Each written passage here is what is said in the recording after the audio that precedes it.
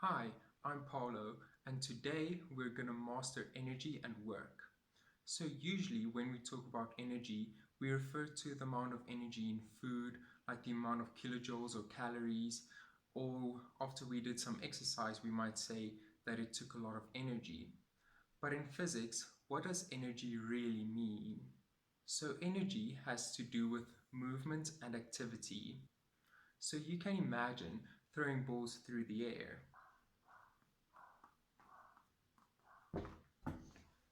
When I juggled the balls, they had energy because of their motion, and that energy is called kinetic energy, which literally just means motion energy. The faster the balls move, the more energy they have. There is a fundamental law when it comes to energy. It's the law of conservation of energy. It states that energy cannot be created or destroyed, only stored or transformed from one object to another. So this means that energy can't just disappear, it has to go somewhere. So as an example of stored energy, you can imagine the fuel in a car. A car uses that stored fuel to power it so that you can drive.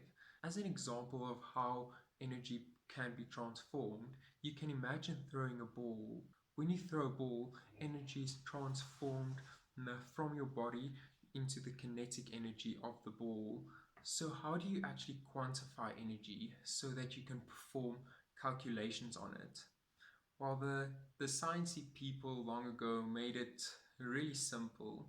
You can imagine pushing a heavy Lego box across the floor some distance. And this is exactly how energy is quantified. Energy is measured in a unit we call joules. And 1 joule is defined as 1 Newton of force times by 1 meter of distance. So it's as if you're pushing the box with a Newton of force a meter far. And there's a scalar quantity called work that is defined the exact same way. Work and energy are basically interchangeable. Let me show you the formula of work. So work is equal to force times cos theta times s, the displacement. The cos term is to specify that only the component of the force that is in the direction of the displacement should be used to calculate the work. If you look at this box, for example, with a whole lot of forces, to calculate work, you only need to take into account the forces that are in the direction of the motion. Even the ones that are backwards, you have to take into account, but these the ones going straight up have no contribution to the displacement at all. It doesn't slow it down or speed it up. If it's perpendicular to the displacement, it has no effect.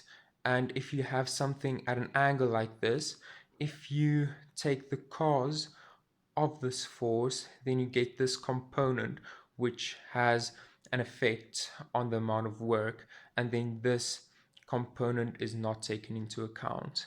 Okay, so let's look at an easy example. How much work is done to move a box 5 meters with a force of 3 newtons at an angle of 30 degrees? So I drew a diagram over here. You can see the force of 3 newtons over here and the angle of 30 degrees, and here's the displacement of 5 meters. Okay, then we write out the formula, and then we simply sub in to the formula the 3 newtons of force, the 30-degree angle, times by 5 meters. And then you can just plug it into your calculator and get the answer. Okay, so you must remember that this work done is energy, but more specifically the transfer of energy. This 12.99 joules was transferred from the source of the force to the box to give it kinetic energy to move. Let's look at another example. What is the net work done on a box if you apply a force of 10 newtons but the box experiences a frictional force of 4 newtons? The box moves 7 meters.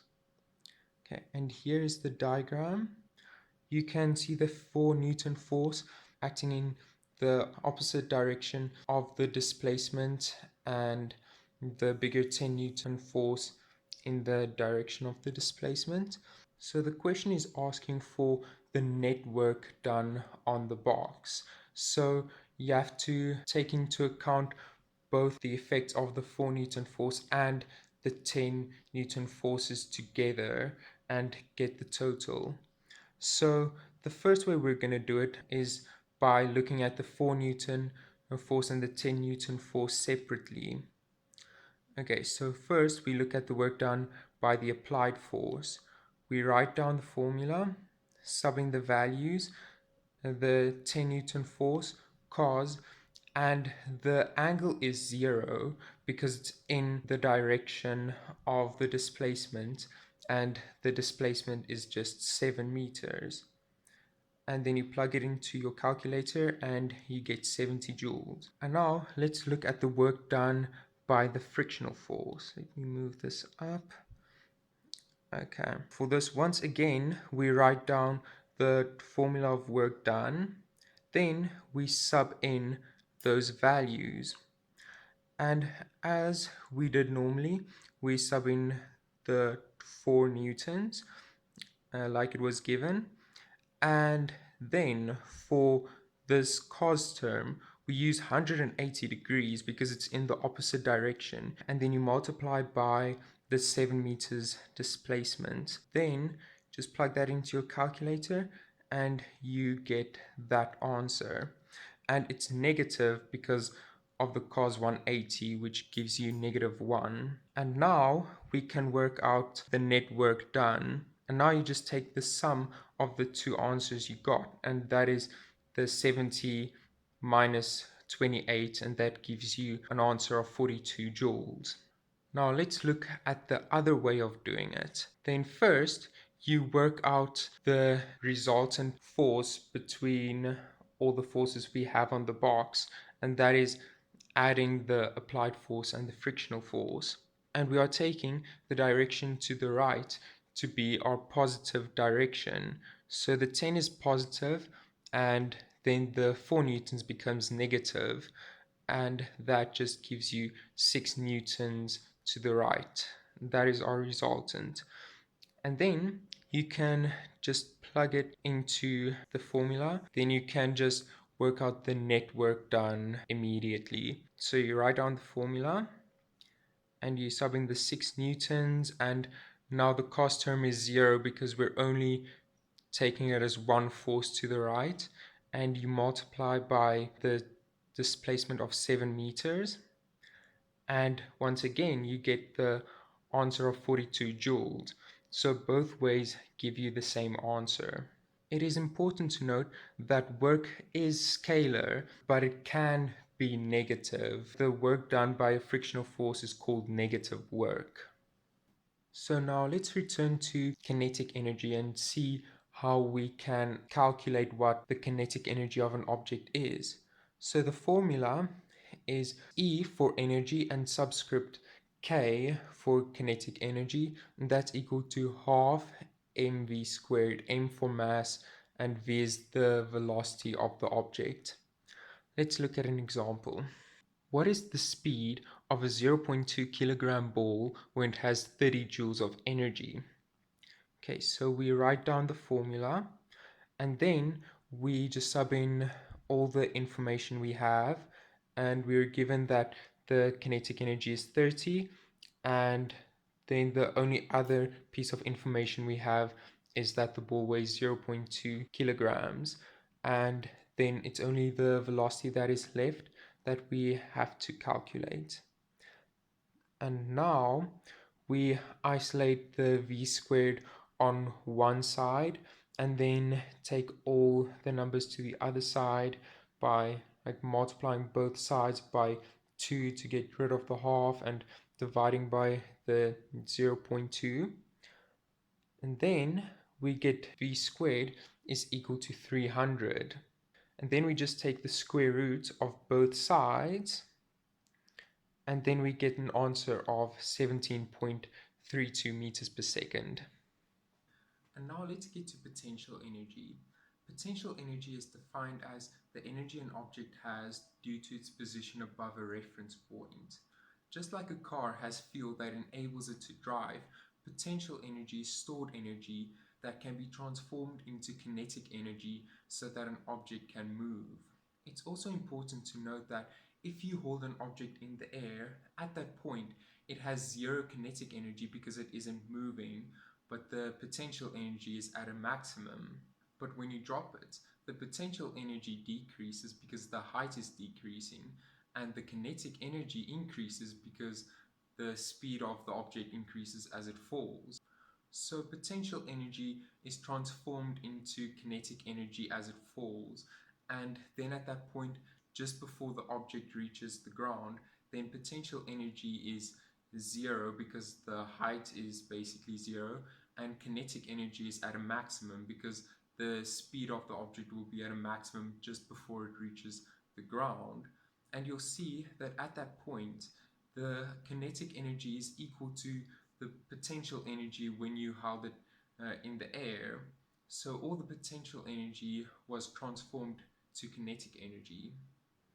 Now the formula is a capital E for energy and subscript P for potential energy, and that's equal to mgh, which stands for the mass of the object, and G for gravitational acceleration, which we take as a constant of 9.8 meters per second squared, and the height of the object.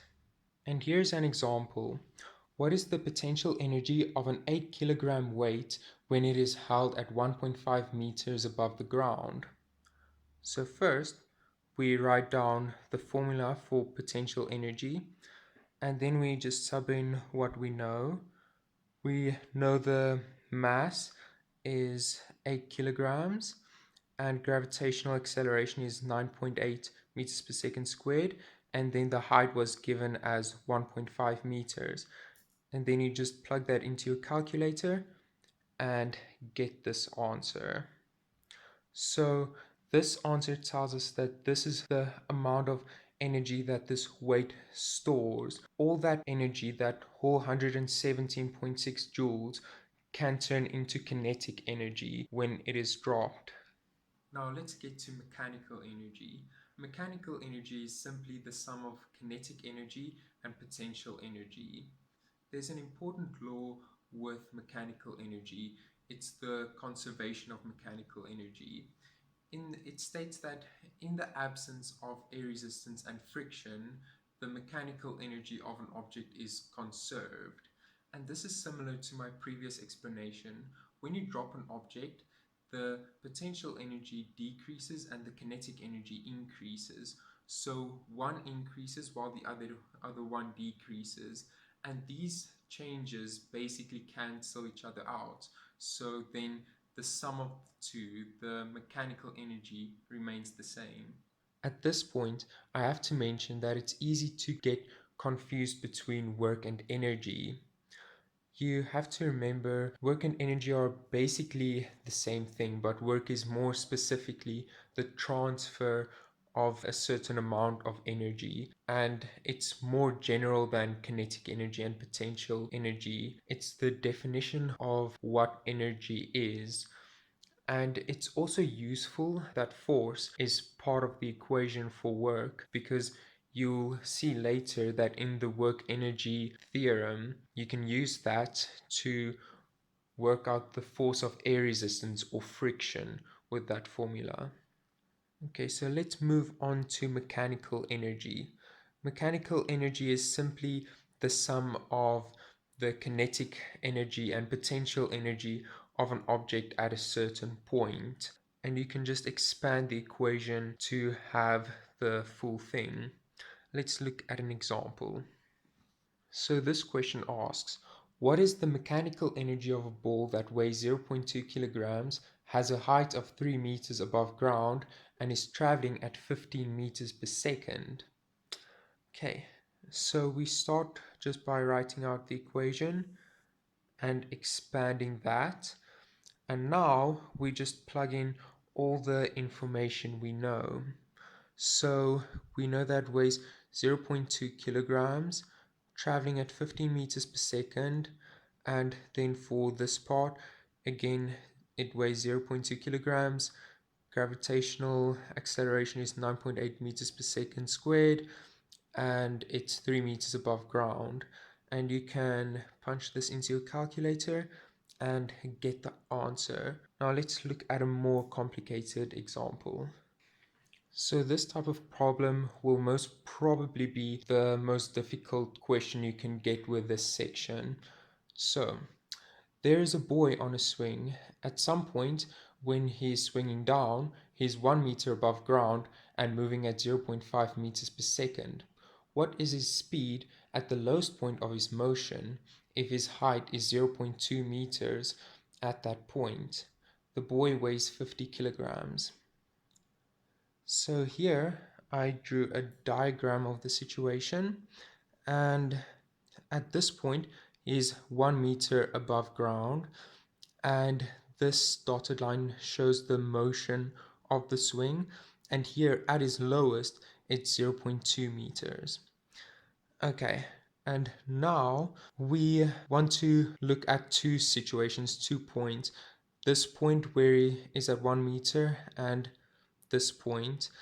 And using the law of conservation of mechanical energy, we know that the mechanical energy at this point and this point are the same. So this is what we do. We just equate the mechanical energy of that point to this point and just substitute the information that we know. So here we expand the equation, and I just add subscripts to some of these values because they will be different. The velocity here won't be the same as the velocity here, and the height is also different. Okay, so next step, you just fill in all the information we're given, that the boy weighs 50 kilograms and his velocity at this point, at the initial point, is 0.5. Again, 50, 9.8 meters per second squared, and the height at this point is 1. And now for the second part of the equation has to do with when he's at his lowest point, and then we have his weight here, and then this is the value that we have to calculate, his speed at this lowest point. So then we just leave that as is, and for this part we know the rest, that he weighs 50, 9.8, and his height is given as 0.2 over here.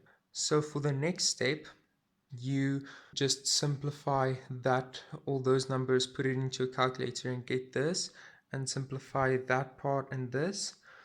And after that, you just isolate v2 squared on one side and move all the numbers to the other side. And now we just take the square root of both sides, and then you get the answer of almost 4 meters per second. So if you've made it this far in the video, congratulations, we've made it to the end of the video. You can check out our social media pages below and our website, and if you're interested in having a lesson, you can arrange an online lesson or even a one-to-one lesson on our website.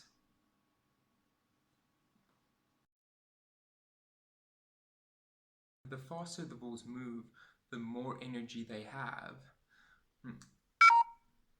Poof.